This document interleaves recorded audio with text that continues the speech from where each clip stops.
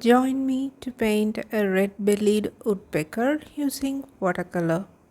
If you are comfortable painting a simple diamond shape and a capital letter D shape, and if you have a bit control over the wet on wet technique, this bird is quite easy to paint.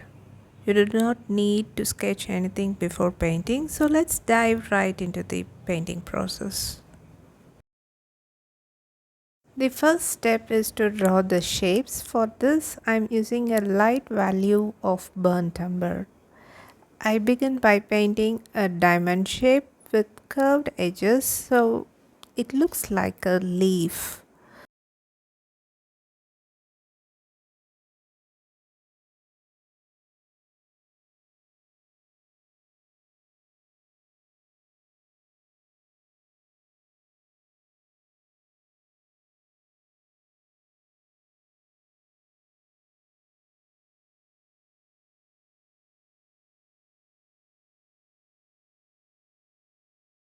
Next, I paint a D shape. For that, on one edge of the diamond, I add a straight line, and on the other edge, I paint a curve just as you see in the video.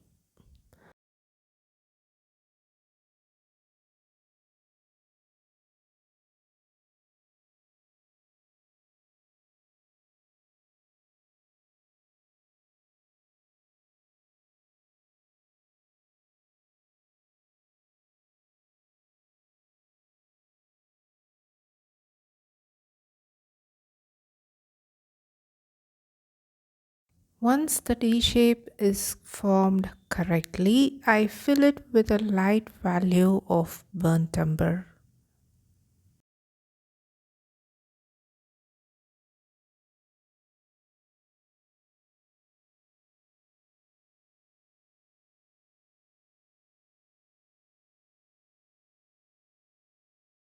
Next, I use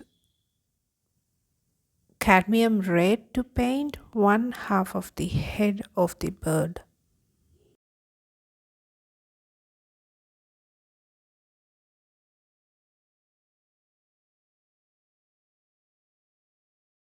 Now I'm using a lighter value of cadmium red near the beak.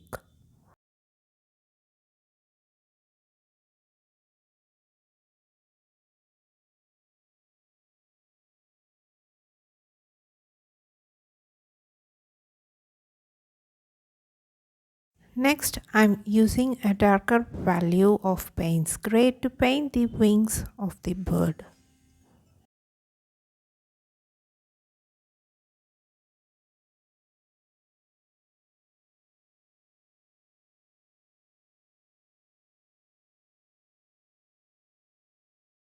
While the Payne's Grey is still wet, I sprinkle a little table salt over it.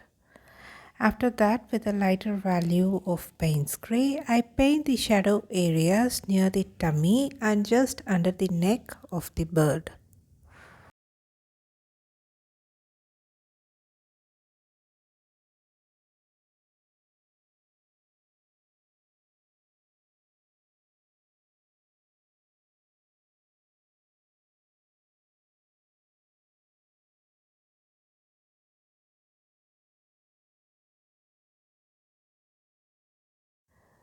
For the tail, I start with a light value of burnt umber just beneath where the tail begins. Then, using Payne's Grey, I paint the tail. To suggest the feather pattern, I add small dots, leaving evenly spaced white areas in between, just like you see on a red-bellied woodpecker's tail. This helps to suggest the natural feather markings without adding too much details.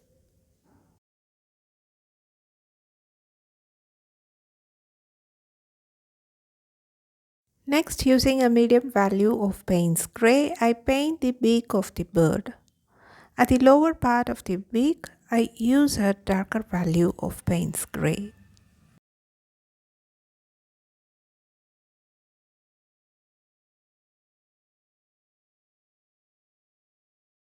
Now I'm adding a darker value of Payne's gray near the tail of the bird.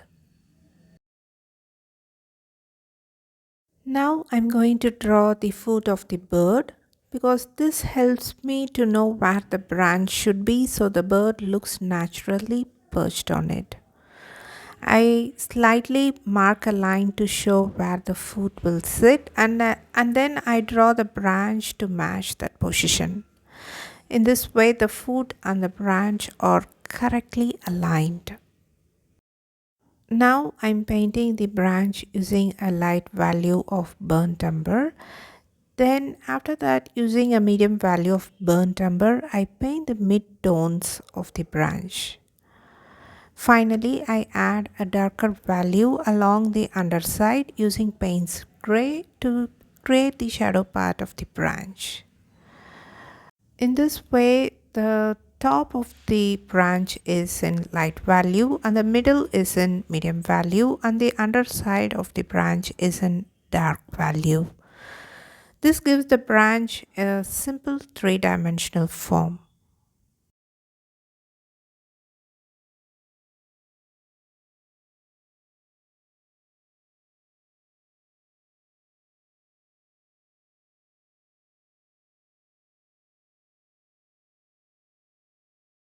Next, using a dark value of Payne's gray, I paint the eye of the bird. Now I slightly define the leg of the bird, connecting the tummy to the branch. We will paint the claws later. By now the salt has created a beautiful texture on the wings. I dry the paper completely with a hair dryer and then I gently scrape off the salt.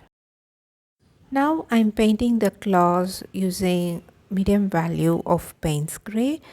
Here only one foot is visible to the viewer and the other foot is hidden on the other side. And that's it, we have created the bird effortlessly. I hope you enjoyed watching it. See you in my next video. Until then, take care and bye bye from Prema.